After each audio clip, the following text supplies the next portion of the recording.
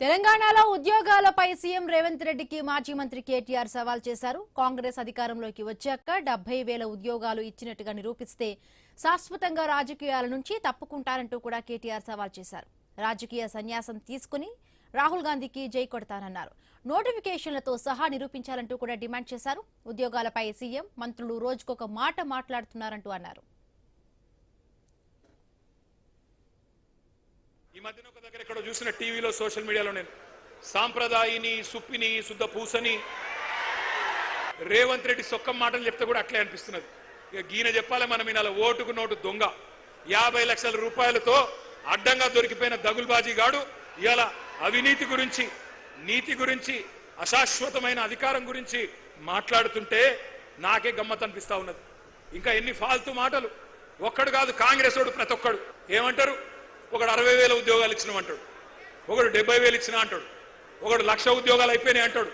ఇక నాకు అర్థం కావట్లేదు.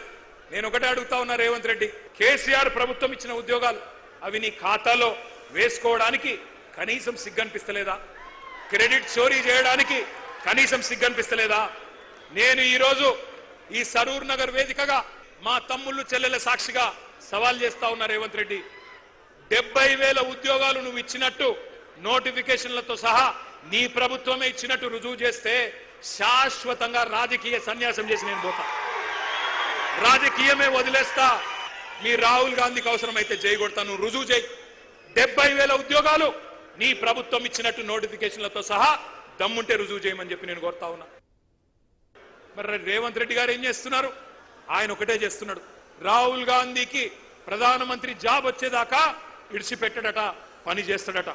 నిన్ను సీఎం చేసింది యువతకు జాబులు ఇవ్వమనా లేకపోతే నిరుద్యోగి రాజకీయ నిరుద్యోగి రాహుల్ గాంధీకి జాబ్ ఇవ్వమనా ఆలోచించండి.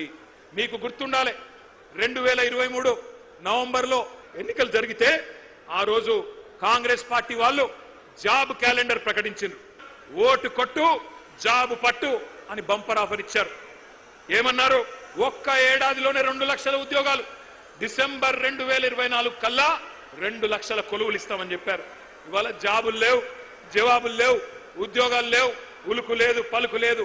తెలుగు క్యాలెండర్ మారింది, ఇంగ్లీష్ క్యాలెండర్ మారింది, జాబ్ క్యాలెండర్ మాత్రం పత్తా లేదు.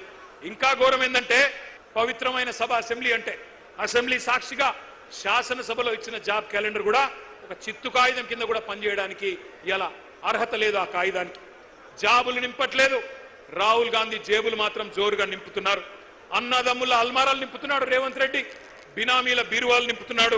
జాబ్ క్యాలెండర్ కు మాత్రం నై, స్కామ్ క్యాలెండర్ కు మాత్రం సై. ఇది కనబడుతున్న పరిస్థితి. రేవంత్ రెడ్డి మాటల్లో చెప్పాలంటే బెల్ట్ ట్రీట్మెంట్ ఇద్దామా, లాగులో తొండలిడుద్దామా, గుడ్లు వీకి గోటీలాడదామా, ఏం చేద్దామా ఆలోచించండి. ఎందుకంటే ఒకటి మాత్రం పక్కా, ఒక్క మెసేజ్ పోవాలి పార్టీలకు, రాజకీయ పార్టీలకు, రాజకీయ నాయకులకు, యువతరంతో పెట్టుకుంటే కొన్ని తరాల పాటు పుట్టగతులు లేకుండా పోతారు అన్న సందేశం మాత్రం పోవాలి. అందుకే యూత్ డిక్లరేషన్ పేరుతో చీట్ చేసిన ప్రియాంక గాంధీకి, కాంగ్రెస్ పార్టీకి, రాహుల్ గాంధీకి, రేవంత్ రెడ్డికి మీరు డెత్ డిక్లరేషన్ రాయాలని చెప్పి నేను హృదయపూర్వకంగా మిమ్మల్ని కోరుతా ఉన్నా. వాళ్ళ సావు దెబ్బ కొడితేనే, వాళ్ళకు డెత్ డిక్లరేషన్ రాస్తేనే వాళ్ళకు సోయొస్తుంది, బుద్ధి వస్తుంది.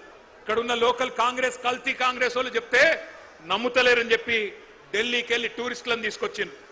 హైదరాబాద్కి ఆ రోజు అశోక్ నగర్కి ఢిల్లీకి వెళ్ళి అధిష్టాన పుత్రుడు రాహుల్ గాంధీ వచ్చిండు.